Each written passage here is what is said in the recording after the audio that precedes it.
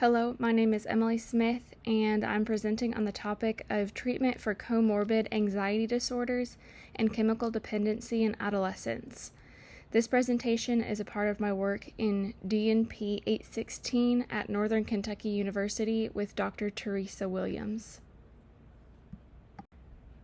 Teen substance abuse remains a significant issue in the United States. According to Meach et al., the National Survey on Drug Use revealed a rise in the use of substances such as cocaine, hallucinogens, heroin, and prescription opioids among 12th graders for the year 2023. Specifically, 6.5% of 8th graders, 11.3% of 10th graders, and 19.8% of 12th graders reported using illicit drugs within the previous 30 days. Despite this, 90 to 97% of 12th graders disapprove of regular illicit drug use, excluding marijuana.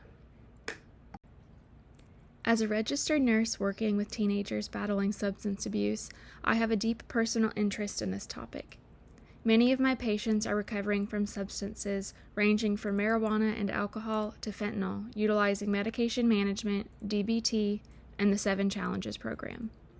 Often, these adolescents express no intention of maintaining sobriety once their program ends. Although court-ordered, many patients engage minimally or participate passively in their treatment.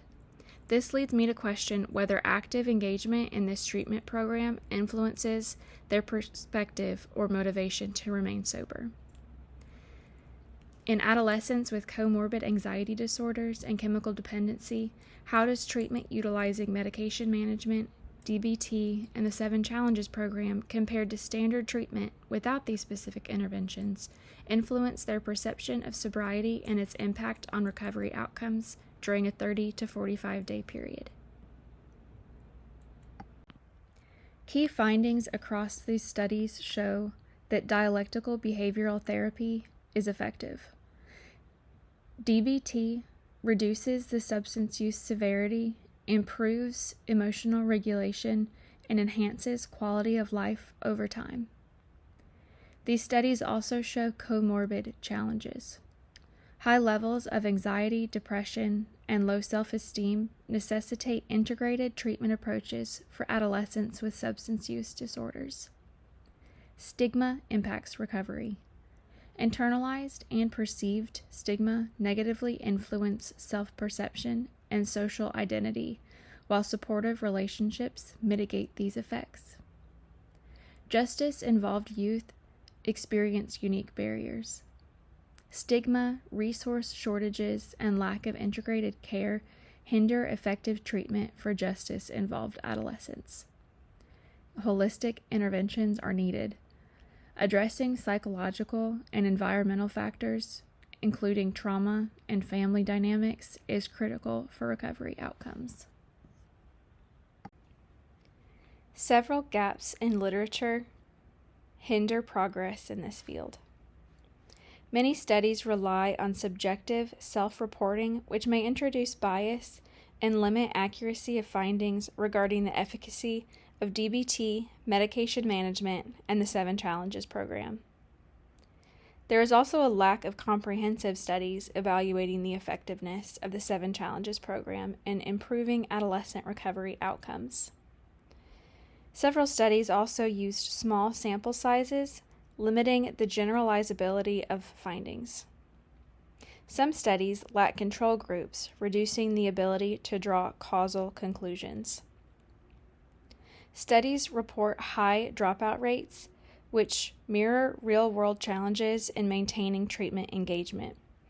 These issues remain underexplored and may impact the reliability and validity of longitudinal findings.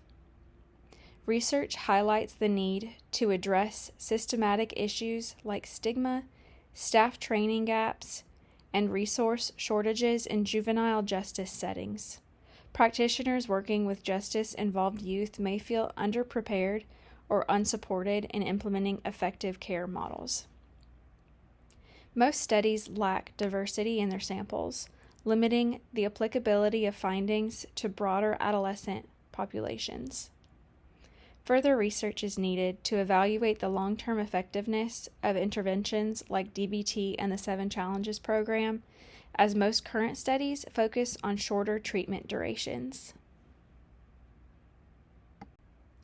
Future research should focus on the development of more reliable and objective tools to assess emotional regulation, self-perception of sobriety, and overall recovery outcomes. Research to evaluate the effectiveness of the 7 Challenges program in improving adolescent recovery outcomes. Inclusion of diverse and larger sample sizes to improve the generalizability of findings across cultural, socioeconomical, and geographic contexts. Additional research to understand the impact of interventions on adolescents with both anxiety and substance use disorders. Exploration of strategies to address stigma and support positive social identity formation among adolescents in recovery.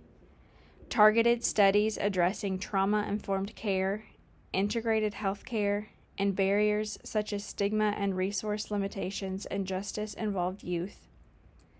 Studies that evaluate the long-term impacts of treatment approaches on sobriety, emotional regulation, and relapse prevention. Next, I'm going to discuss actions that could be taken to address these research gaps. Implementation of objective tools. Integrate objective assessments into current and future studies to measure treatment impacts more reliably. Short and long-term outcome studies. Design studies that evaluate treatment effects over both short-term, 30 to 45 days, and long-term periods. Improved study designs. Use randomized controlled trials and control groups to strengthen evidence for the efficacy of treatment interventions. Expansion of sample diversity. Recruit diverse samples, including underserved populations, to make findings more representative.